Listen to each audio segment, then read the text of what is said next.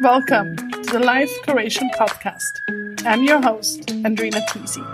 Together, we will explore thoughts, inspirations, and conversations that feed our soul, spark the mind, and nourish the body.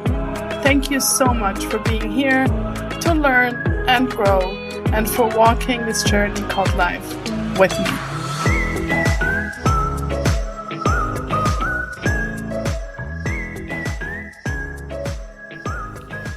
Welcome, dear ones, to a new episode of the Life Curation Podcast. And this is the first episode of the second year, and I'm thrilled to open this quote-unquote new year with a talk I had with Elena Brower.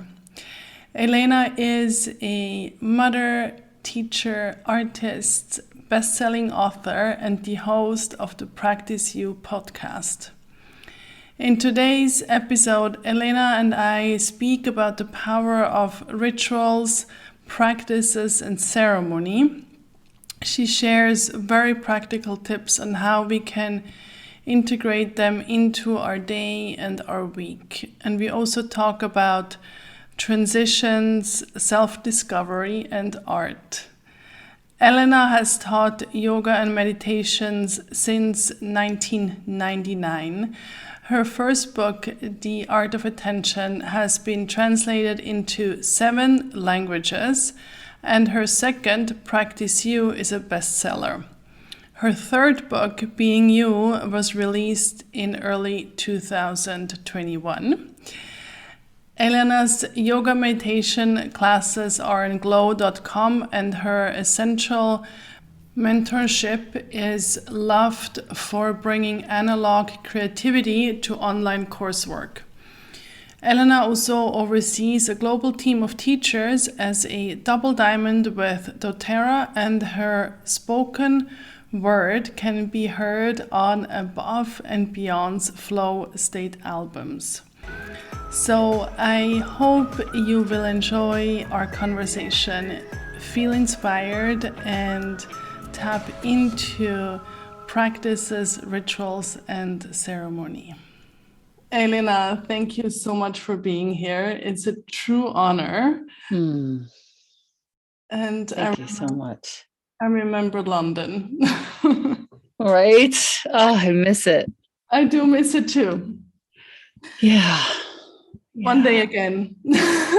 One day again, for sure. So this or that, I'm going to just hit you with 5 different ones. So out of your belly, out of your heart, what is true for you right in this moment. Tomorrow can be different. Mountains or ocean? Mountains. Roses or sunflowers? Roses. Classical or modern art? Oh, that's hard. That's too hard. No fair. No fair. Come on. I'm picking both. Excellent. Sunrise or sunset? Sunset. Bath or shower? Bath, for sure. Beautiful. Thank you. Of course. How are you? I'm really good. I'm really, really good. We have a wonderful fall here in Switzerland after not such a great summer, and the colors, like speaking of art, like just walking in nature is like walking in a museum. So beautiful. So good. Yeah. So you have this wonderful quote on your website on Practice You: from there to here, from here to there. We are always in some sort of transition. And, moving into fall, this is transition 2. And I think we've all experienced a lot of transition over the last 2 years, but there is always transition, as you so beautifully say. And for you, how can daily practices support us in those transitions? Well, I think the most important thing that a daily practice does is keep us connected to our own sense of self, our own confidence, our own remembrance, our own knowing, which is sometimes knowing that we don't know. Beautiful. But I find it's absolutely crucial for me to have my daily practices, because otherwise I'm, at the mercy of all of the external affairs. And they're very often really, really challenging. Mm-hmm. Mm-hmm. Really challenging. And for you, is there a difference or a sense or a different feeling for rituals, daily ceremony even, and or daily habits? That's a lot of people talk about daily habits and practices. Well, I have a few, and it depends on the day, but typically I wake up, scrape my tongue, have a seat for meditation. I have a little seat in my closet, which is actually very close to where I'm sitting right now for the podcast recordings. Usually I'll read some of someone's writing, and typically it's Roshi Joan Halifax, who's my teacher. But today I read from Audre Lorde, Sister Outsider. Beautiful, insane book. I think it should be required reading for all Americans, actually. All people, all humans. And then usually I'll go and do something physical. Either I go outside, I do hill sprints, or I do a workout. I have an app called Future, and my trainer gives me workouts on a weekly basis. It's really simple and fun to use. And then I get to work, and I work for about 4 hours, very focused, Monday, Tuesday, Wednesday, sometimes on Friday. Thursdays is a total off day where I go and do healing treatments and, network spinal analysis and acupuncture. And it seems decadent, but actually I can feel that my body is aging well because of this one weekday a week. And, I shared this with people all the time. I started out seeing students at the school in New York. So if you're feeling like, oh my God, acupuncture is so expensive, there are schools, training schools, wherever you live, where you can actually go and see students in training for very little and get regular treatments, which I think is actually the best thing ever. What else? And that's kind of it. The afternoon is about art and my kid and my family, sort of reading outside and so forth. Yeah, it's beautiful. I used to go to acupuncture school in Vancouver as well. It was amazing. See? Yeah, sometimes I had like 7 people standing around me and like checking my tongue and my pulse. The best. That's so good. And I love what you said about your Thursday, because I think it's a ritual that that is almost required, right? For like aging well, and we can call it self-care. And I mean, that's another big word, but it's at the beginning what you also said in terms of kind of that attention to oneself, right? That's right. And for you, ceremony and rituals, or a habit or practice, does it have a different energy, or do you make a difference of it, or is it for you the same? It changes every day. I mean, some days, I don't know, some days it's more sort of quiet and sacred, and some days it's dancing, and there's just different energies to different days. It depends on where I am in my cycle, really. I like to respect what's happening in my body really carefully, And that seems to work out really well. And, for me, I noticed that consistency and can really provide also stability and kind of knowing, okay, I get up, I take my cold shower, I do my oil pulling, and it gives me also a structure. And sometimes I feel this balance between keeping structure and having that sense of groundingness as well, that I know exactly how I start my day, for example, or end my day.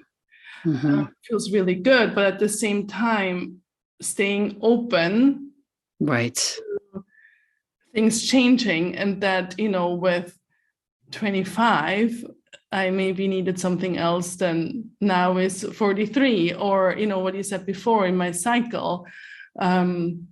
There's differences, or I've done something for 5 years and suddenly I'm like, it's not serving me anymore. So how can we stay open to our rituals to change and our needs? Well, what I like to do is do a little reckoning every Sunday. Yeah. And I just sit down and I look at the following week and I look at the past week.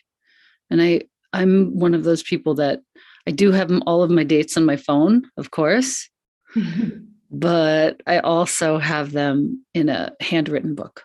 And so every Sunday, sometimes on Saturday, but usually on Sunday, I'll sit down and I'll transcribe what's in my online calendar over to a handwritten calendar.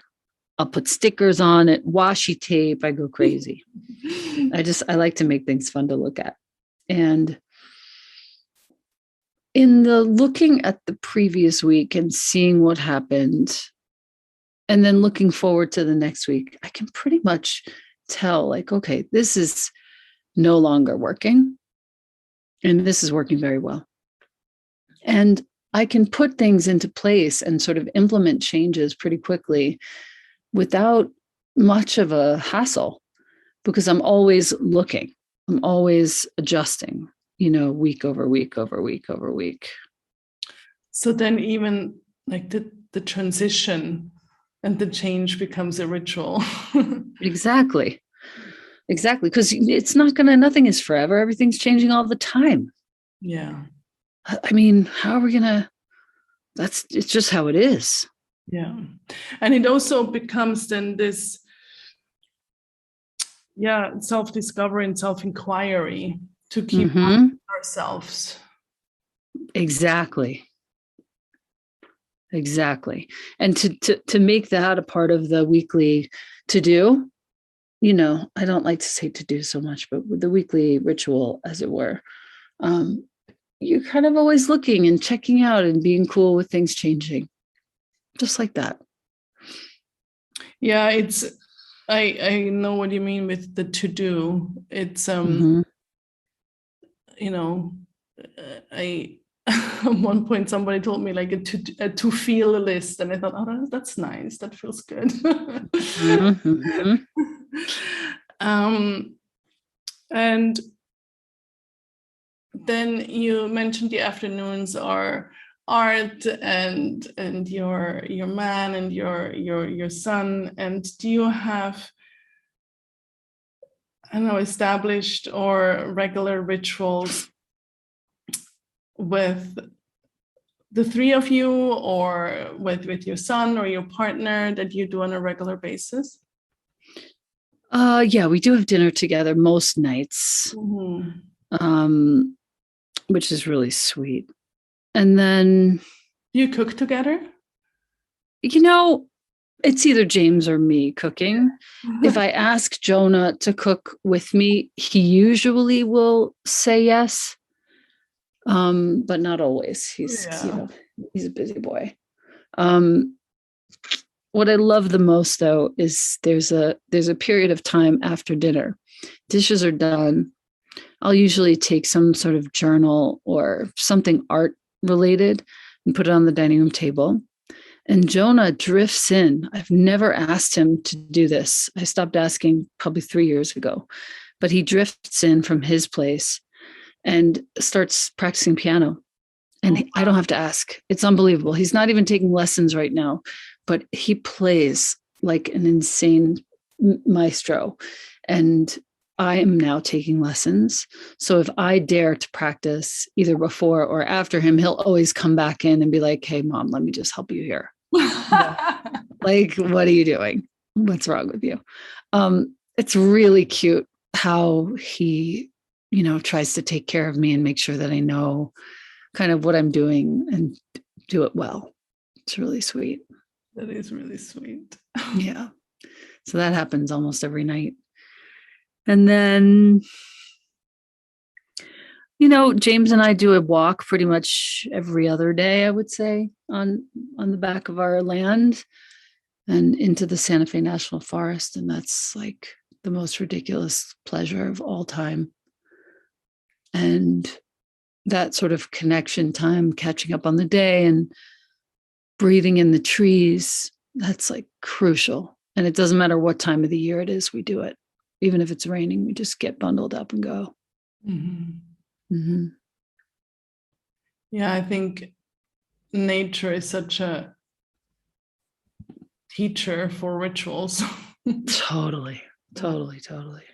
How you moved last year? Was it last year that you moved? Yes, in March of 2020. Yeah. And I mean, speaking of transition, New York to Santa Fe has, or how have your rituals changed, I guess, or how do they feel different? Well, it's a totally different place. I mean, everything that I've described up until this point is here. I mean, I started making rituals in New York, but they were very different. Yeah. They were, yeah. I mean, you're on the street, you're in the concrete, you're amongst many, many people. Here's much more quiet, different. It's just totally different. And still in a city, there's rituals as well. And I think rituals can then also, especially in a busy place, can ground us. I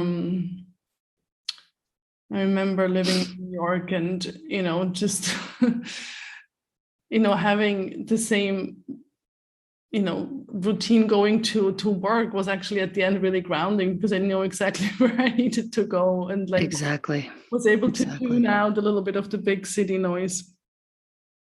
Yeah. I mean, it's just a completely different vibration. And I'm actually really glad that I lived in the city for as long as I did because I'm not missing anything. I don't feel like I'm missing something in being here. I was there for so long and I felt, there was such a deep connection to the heart of that city. It feels like a vortex for me, that place. And I'll always love it. And it fed me so much. But I'm glad to have evolved out of there and still have it in my body. Yeah, and that makes me think of circling back what we said before in terms of, the inquiry of seeing what's right in this moment and what is ready to transform or be different. And of course, it's part of that, right?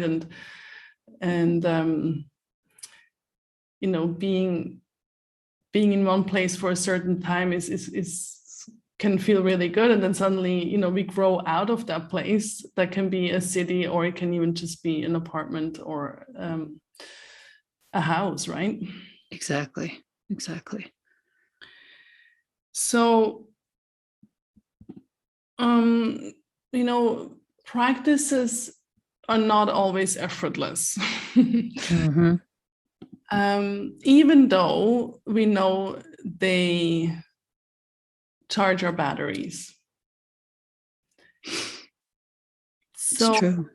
And I'm always fascinated by that. And I mean, I noticed that with myself. I know that, what's good for me. And on some days that's effortless to do so. And on other days it's not so effortless.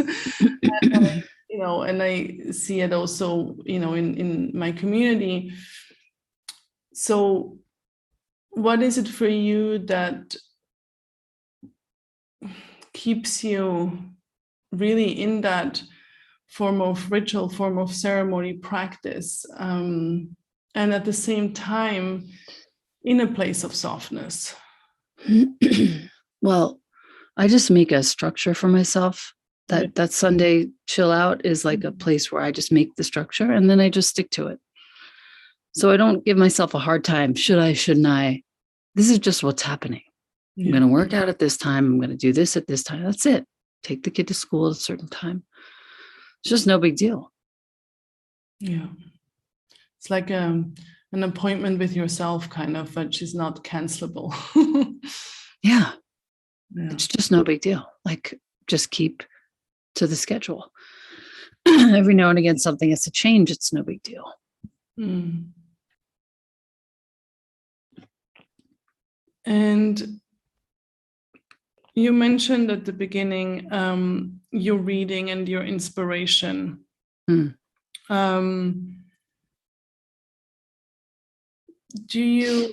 So you really read and listen, or do you also listen to, or do you mostly read to form of inspiration? I mostly read. Yeah. I mean, I was born in 1970. Podcasts I love, but mostly when I'm driving. Yeah. I listen to Joe Rogan when I'm driving usually. I don't know why. I just find that so much fun. But sometimes I'll listen to podcasts while I'm in the house. It's just rare. I'd rather listen to either music or read a book or just nothing, silence and the trees and the birds. Mm-hmm.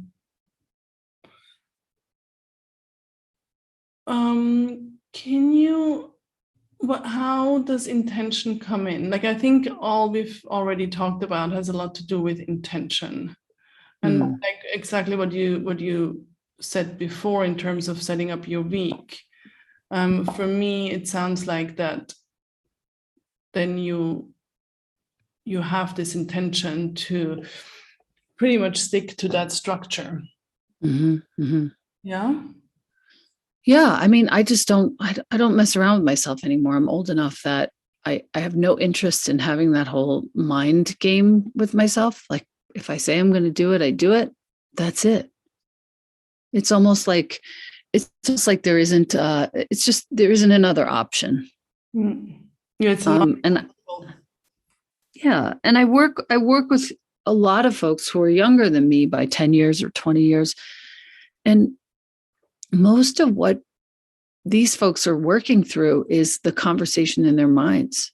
And the conversation in my mind is, I mean, it's evolved over time, to be sure, but it's evolved into a conversation of support and encouragement and reminders of who I am. I don't sit there and turn on myself. And I have many reasons, arguably, to do so. People are detractors, haters, like I get it all. I get it from the yoga community. I get it from other communities. And I'm just, if I can build a sense of trust in myself by creating the simplest thing of creating a schedule and sticking to it, when all that stuff comes my way, I can just laugh at it, and just know that people are just dying to get attention. They're dying to get seen. And they're trying to do it by being negative toward me. And, I'll take it as a compliment. And I can't respond. I don't respond to those things. And I send them on their way. But it works like that because my intent is to just keep my word to myself, do my day, do my week, be respectful to myself, be encouraging to myself in the conversation that I'm having within myself. Very powerful. Very, very admirable. I mean, what's hard about it is it takes practice. It's taken me a long time to feel like I can do this now. Like I can take care of myself in this way now. A long, long time. But now I can. And nobody can mess with it. I can get sad for a moment or disappointed, but it doesn't take me long to bump back out of it. It's really resilient. Yeah. I'm sure there is many different things, but is there one or two things that jump out for you that helped you to get where you are now? Well, there are so many different teachers that I've had and so many different experiences that I've had. Mm-hmm. Some of them were super negative. Some of them were super positive. Some of them were positive and turned out negative. Some of them were deeply negative and turned out really positive. And they've all added to this sense of self that I have, which is go ahead and try to move me off of my center. You can't. You can't. I mean, even with my kid, it used to really rattle me when, I don't know, he wouldn't listen or whatever. And now he's 15. We have such a good rapport. And he and I really understand each other deeply. Yeah, it's beautiful. Mm. And you really then connect to your truth. Yeah. I mean, that's our job, isn't it? Yeah. That's our job. And it's all, what's really funny about all of this is that it's never a fixed end game. Like, this is how it feels great today. And then tomorrow it'll be a little bit different. It's a transition again. All the time. All the time. Yeah, it's one of my favorite quotes is that the only thing that, I can't say that the only constant is change. That's right. Right. That's exactly right. And I just don't want to be that person who, is constantly struggling to stay the same, or, let's keep it like this. It's like, I'm all about letting things evolve and change. That is my favorite game. It's going to change right now. Let's see what happens. It's like, it's just not going to stay the same. And I love it because you have practice you and being you. And I was just like thinking before, it's like so beautiful because we can practice being ourselves every day. That's right. That's right. There's another one coming too. I'm not going to share the title yet, but it's really good. Can you share when it's coming? I would say probably in 2023. Nice. Exciting already. It's going to be good. I can feel it forming in my mind, as I have done for all the rest of the projects. You can sort of feel it in your body, and then you can see it in your mind, and then it slowly makes its way onto the paper, and then it makes its way onto the screen, and then it makes its way into our hands. So nice. It's a beautiful process. It's you're such a wonderful artist, right? So it's like the art, like the project is an art as well. Yeah. I love making art. It's my favorite. Have you always painted? Yeah, since I was a little girl. Beautiful. That's also a beautiful ritual. I have a dear friend, she just recently tapped more and more into painting, and I can just see how it really is so healing for her, and it's so beautiful to see. Yeah. The thing about making art of any kind, that sort of expression, it's a freedom. You have to really let go of your brain to let the art move through you and out of you. I think twice I attended a workshop of process painting. Have you heard of that? Mm-hmm. No. It's kind of like an art therapy, but where you just it's about the process of painting, and it was so such a great sense of freedom, because it was not about the result, but it was just about the act of painting. And I had this big piece of paper in front of me, and the teacher was just like, just pick any color you want and start. And it just was so beautiful to just be in this process of painting, Right. without having to quote unquote perform a result. Yes. I get it. I understand now. Beautiful. Absolutely beautiful. And then of course, like, what you just said about this, your painting, or any form of art, right, can be such a beautiful ritual and practice also of, I believe, obviously creativity, but self-discovery. Mm-hmm. Mm-hmm. It's it really requires a lot of willingness to just keep letting go and keep letting go, keep letting go. If you're listening to this and you're like, oh, I should be painting, the paints are over there in my closet, just get them out and put them out on the table. Mm-hmm. And don't force yourself into anything. Just put a little cup with some water, a couple paper towels, just like know that you're going to do it soon whenever your body feels ready. So beautiful. I'm going to take mine out. Exactly.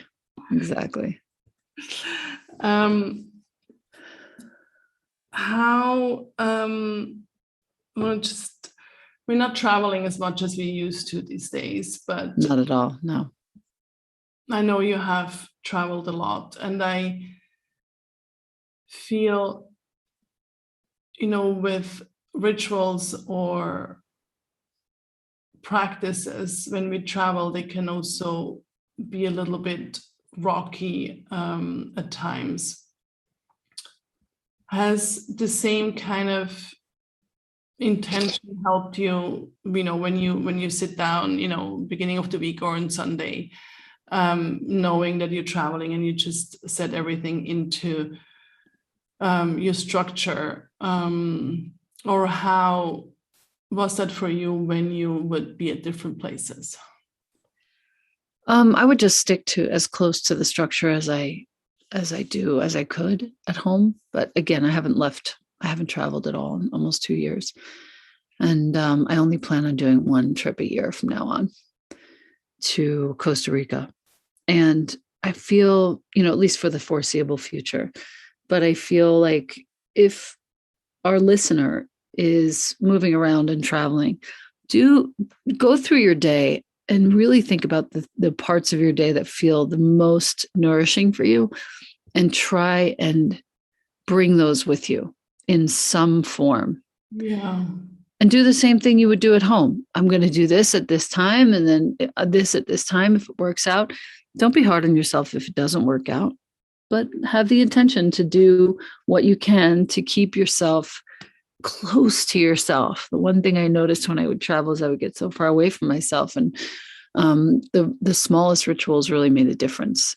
Making the cacao, sitting down for meditation, no matter where I was, all those things really, really made a difference. Yeah, just bringing a favorite tea back. Exactly like that. Yeah. It's also interesting how our desire, like I have a little bit the same in terms of traveling, has shifted. Mm-hmm. It really has. I mean, I know for myself, it has really slowed me down.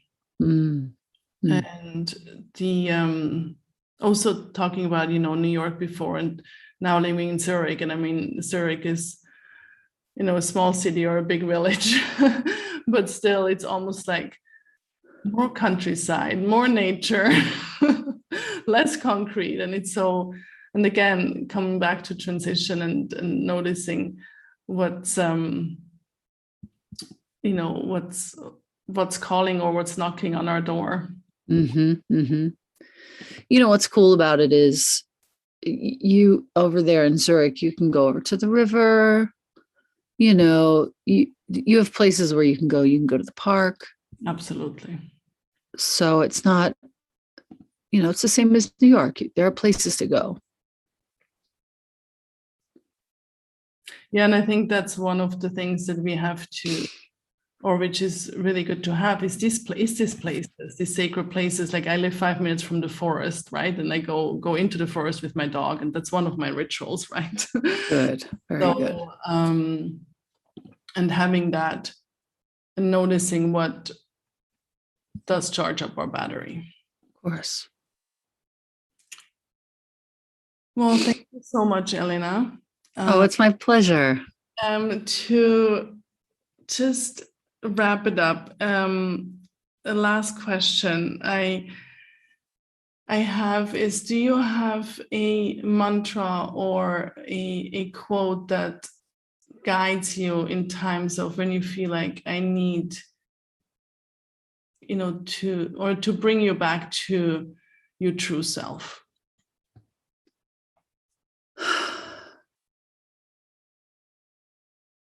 I don't have something off the top of my head, but I did receive a little gift recently from Christopher Carter, whom I'll be interviewing on the podcast next year.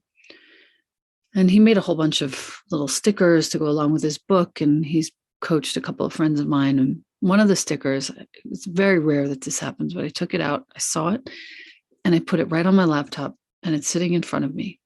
And it's helped me through many, many difficult moments in the last several months. And it says this: I am the sky, watching all weather move through me.